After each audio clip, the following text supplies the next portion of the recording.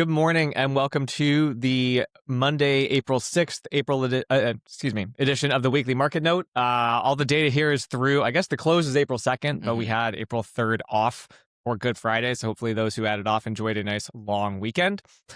Getting into the performance for the trailing week, pretty resoundingly positive across the board. On the bottom right there, you can see the sectors. Energy was down the most. It's kind of oils pulled back, still very volatile. That thing's still up 25-30% year to date, though. As you can see up there, 32.5% year to date, even with that 5% pullback. On the bottom left, you can see the broad indexes resoundingly positive, and then on the top left there, commodities still lead the way handily year to date, driven by that oil space. It's the thing you see time and again, where as soon as you get some sort of move in terms of a geopolitical, de-war narrative starts to take hold, even if it's not currently, at the end of the road, you kind of see the light at the end of the tunnel. And indexes, reflect that. Yeah, the futures pricing is still all over the place. Working on trying to figure out what contracts they should price at what level. Closer ones obviously being up a little bit more than longer dated ones, as we think that'll kind of come back down in the longer term. The big news for this week was the March non-farm payrolls report.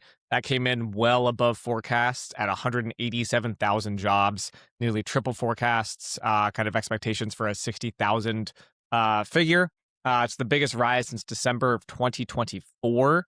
February was revised lower to 133K from 92K. That's a loss of 133K jobs from the original 92K. And then, it's also worth noting that this big swing was heavily kind of influenced by a healthcare workers strike. So it's a little bit distorted under the covers there. The participation rate ticked down to 61.9% as the labor force shrunk by nearly 400,000. The household employment figure declined by 64K. The number of unemployed also fell by 332K, and that headline U3 unemployment rate ticked down to 4.3. So under the covers, not quite as strong as that headline figure would have you believe. Let's see, looking here at the participation rate and the wages, participation rate was a good example of, again, how that interplay between numerator and denominator works. But the 25 to 54-year-old cohort saw their participation rate decline to 83.8%, which is still relatively elevated, pretty close to that multi-decade high of 84. If you draw the line straight across, the last couple of years, the thing's been pretty solid, but the overall rate fell to 61.9. That's the lowest since November of 2021. Which is a little concerning. Again, it is influenced by people working and looking for jobs. And if they stop looking, then they fall out of the denominator. But still not great to see that kind of moving back down to 61.9. And then on the right, you see wages. They missed forecast for a 0.3% increase, just 0.24% month over month, and slowed to 3.5 year over year. That's the smallest since May of 2021. Again, not great there. We're kind of at below levels of pre-pandemic, kind of still, you could argue ongoing moderation. Hopefully we don't see much more weakening in that year-over-year figure, especially if we start seeing CPI pushing up a little bit.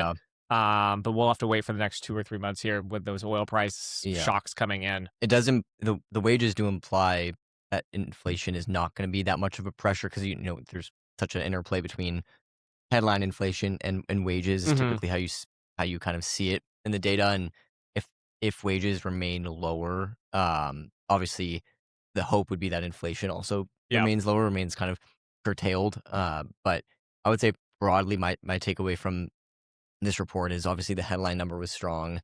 That kind of pushes off any immediate concerns for the labor market falling apart, or even the Fed looking at that and saying we need to cut. Kind of gets pushed off probably. And then, but if you look under the covers, it's not as strong as that headline number implies. Also, over the past 6 months, you've kind of seen this, up 100,000, down 80,000, up 100,000, down, whatever, 100 and so thousand. It's very, very choppy right now. It's kind of hard to see any signal. But if you just look at the 6-month trend, it's kind of like, we're kind of treading along. Treading along.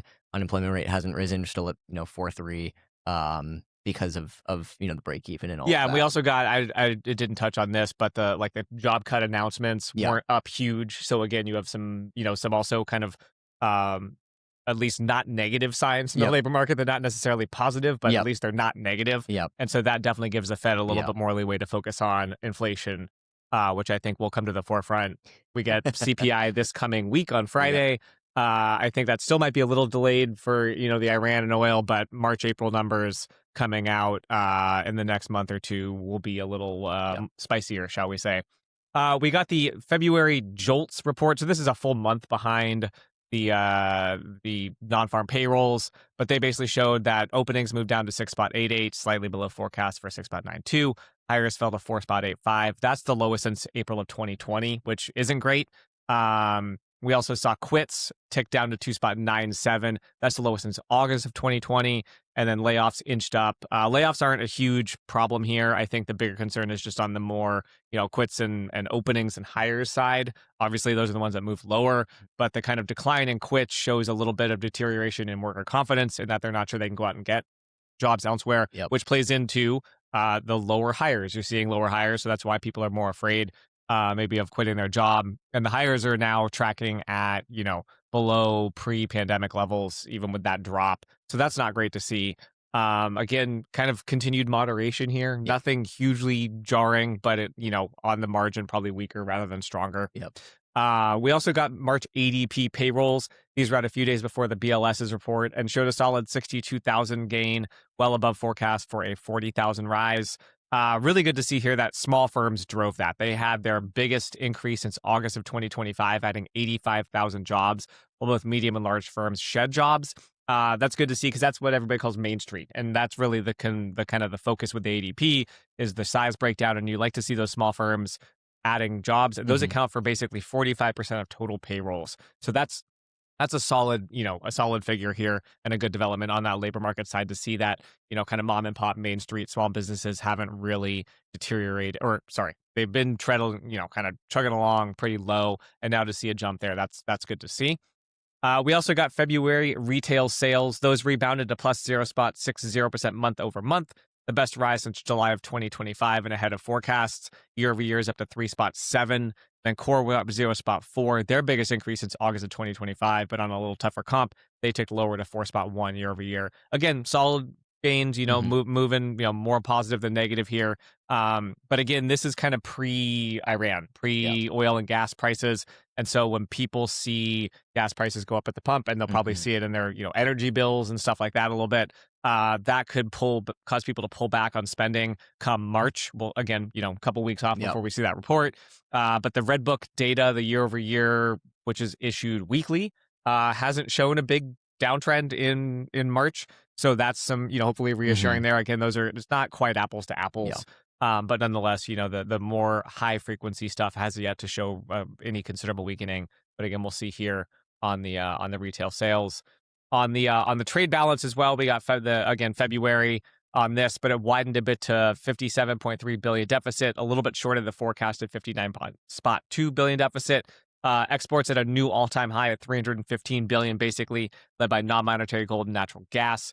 And then imports rose to 372.1 billion. That's the most since March of 2025, led by computers and accessories and vehicles. And again, that March imports is good to see because it's, the highest since March of 2025, a record high if you don't count those kind of prior comps because everybody was front running. So you got a massive pull forward from April, May plans into February, March. So it kind of skewed that March data a little bit artificially high. So it's good to see these. It just kind of is indicative of ongoing trade and demand throughout the globe. On the right, we show goods imports and exports, which account for 42.4 and 30.1% of total trade, respectively. Those drove the headline figures as well. Goods exports are up 14.5% year over year, while goods imports are down 11. But again, that's due to the tough comps in February, March when imports are front running the tariffs. So basically, this is good to see the dollar amounts on there rising. The deficit versus on the balance side is we've been at a deficit just because we eat more than we put out. So that's the way that runs. But that's kind of a structural imbalance there, despite what the White House might have you think. On the shifting gears a bit here to the home price indices, both the S&P Case-Shiller and FHFA home price indices posted their smallest monthly gains in a few months. This is from January, so this home price data is pretty dated. But the S&P Case-Shiller 20 City Index was up just 0.16% month over month and slowed to 1.2 year over year. That's the smallest since July of 2023. But if you kind of rule out those COVID distortions where you can see the prices really accelerated on a month-to-month for like 2.5 years. This goes back to July of 2012 for the smallest year-over-year increase. And similar for FHFA, up just 0.07 month-over-month, and now up 1.6 year-over-year. That's the smallest since February of 2012 for that. And those are, again, Fannie and Freddie guaranteed mortgages.